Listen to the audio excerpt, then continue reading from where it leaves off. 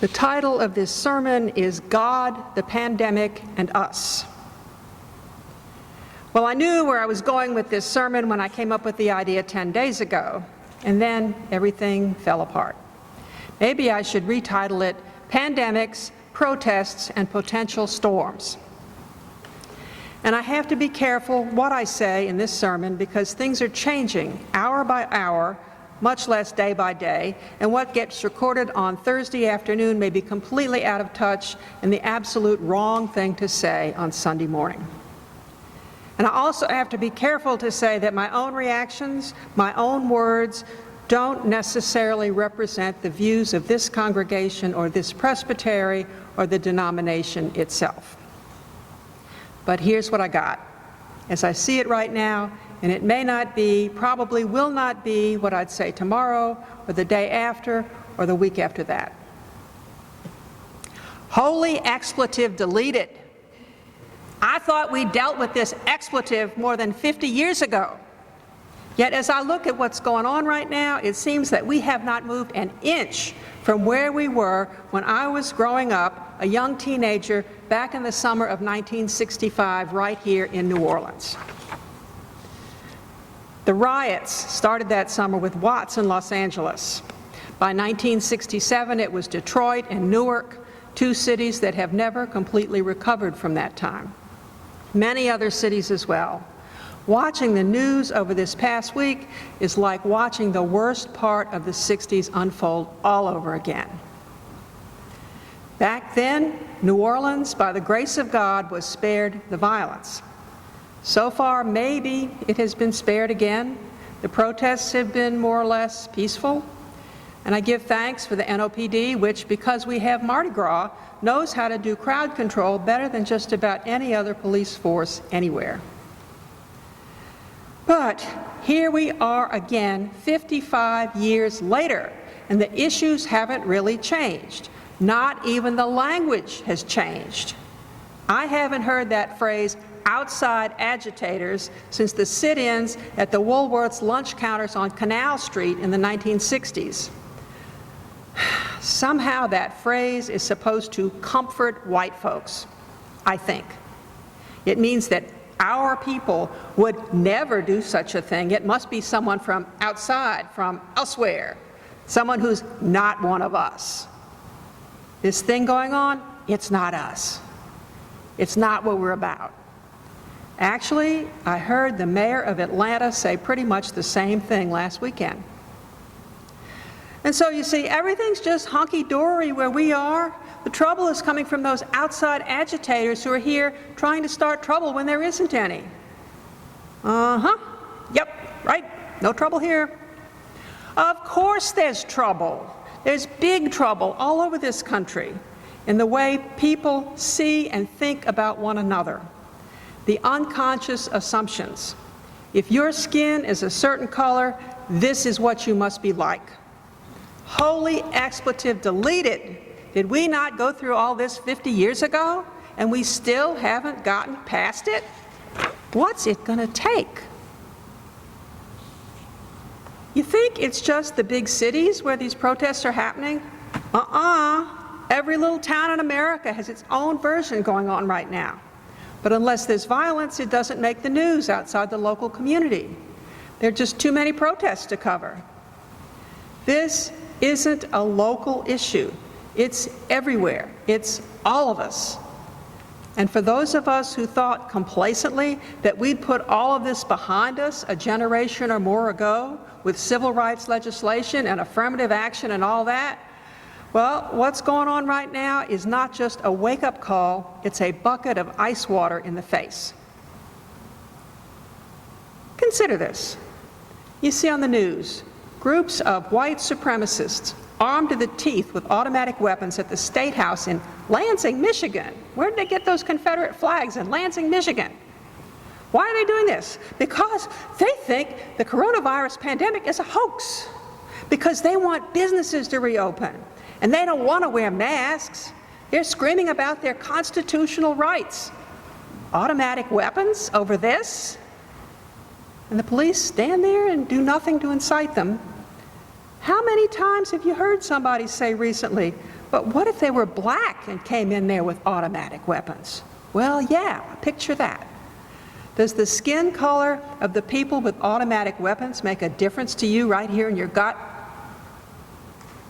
I'm not a racist, but I bet you've heard that one too. What is going on right now in this country is that bucket of ice water in the face. Yes, you are. Yes, we are. Yes, I am.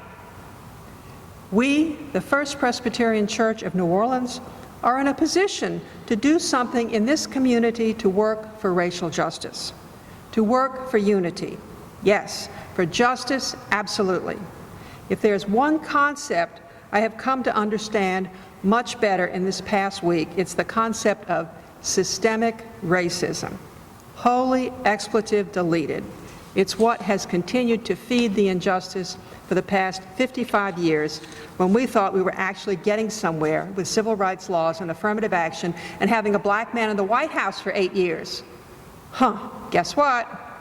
Systemic racism is still there. You cannot dismantle it in a week of protests, violent or nonviolent.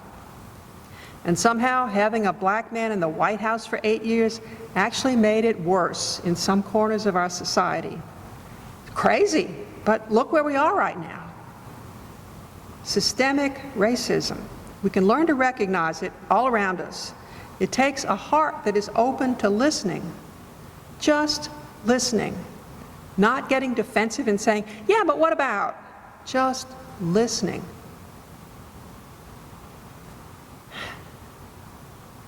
And now that I've had my say, and my say may be completely out of touch by the time you hear these words on this video, here's the other sermon, the one I had in mind 10 days ago, or parts of it anyway. We've been quarantined now for 3 months, half of March, all of April and May, part of June. Some of us have not ventured out at all and have had things delivered to our doorstep. Some have gone out for essentials like groceries. Some have had to continue to go to work, but have had to wear personal protective equipment. One thing we've had in common, we haven't been gathering in large groups. No school, no Jazz Fest, no French Quarter Fest, no upcoming Essence Fest, no spectators at Saints games. Oh no! We've learned to use things like Zoom to see each other, sort of. Some of us got better at it than others, some of us are worse. For those who don't have computers, there's been TV. Just about everybody has TV. Way too much TV, trying to sort out facts from last week's hypothesis to somebody else's idea that's just plain crazy. It can be exhausting. The one thing we're sure of, people catch this virus from other people who have it.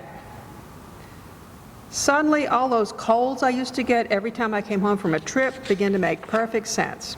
I don't know about you, but since we started this social distancing thing and wearing masks and washing hands and using hand sanitizer after touching stuff, I haven't had so much as a cold.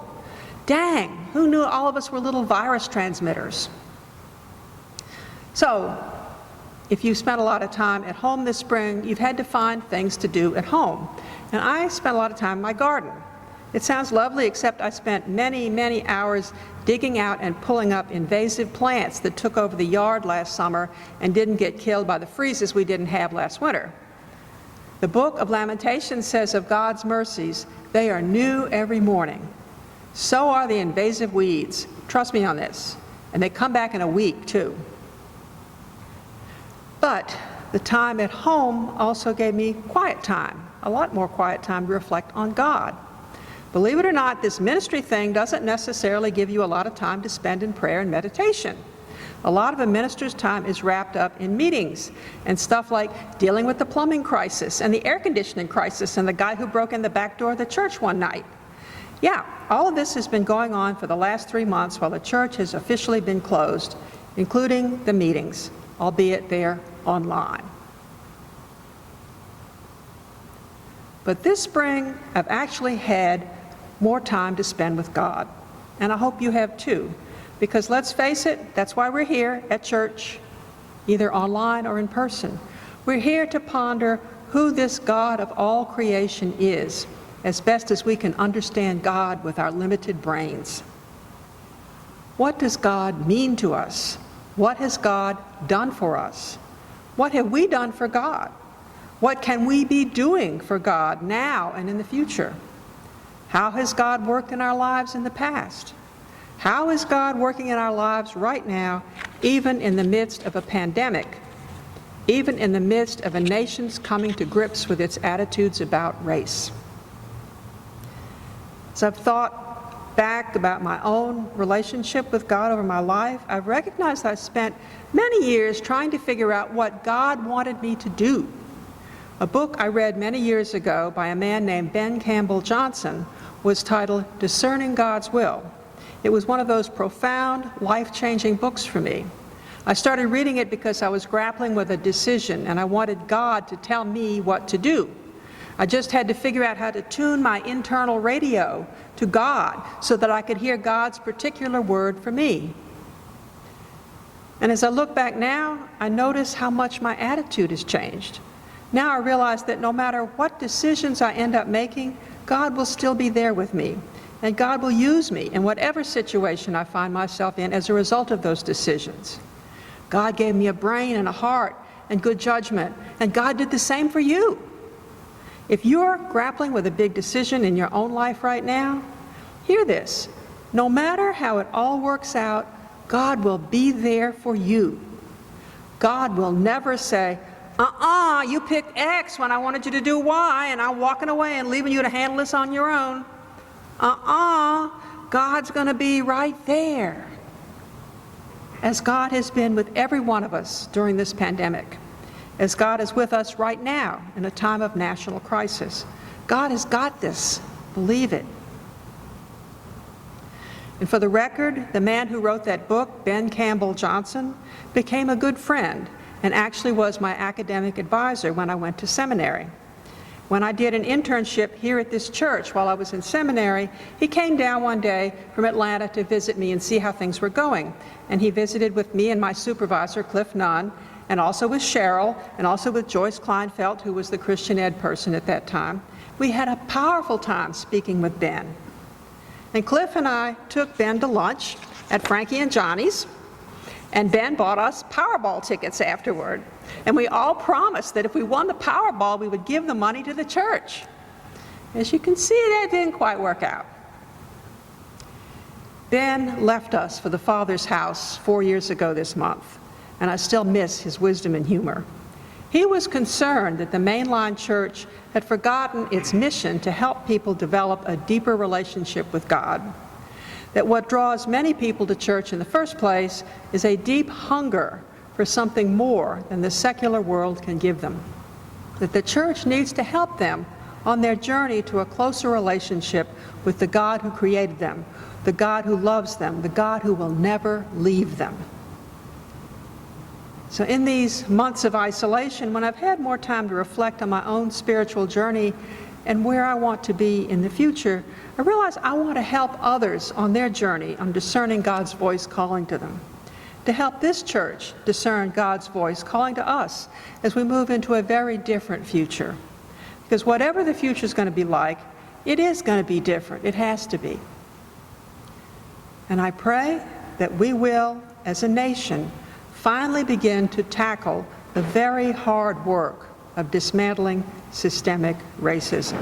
We have got to do this. In the name of the Father, and of the Son, and of the Holy Spirit, amen.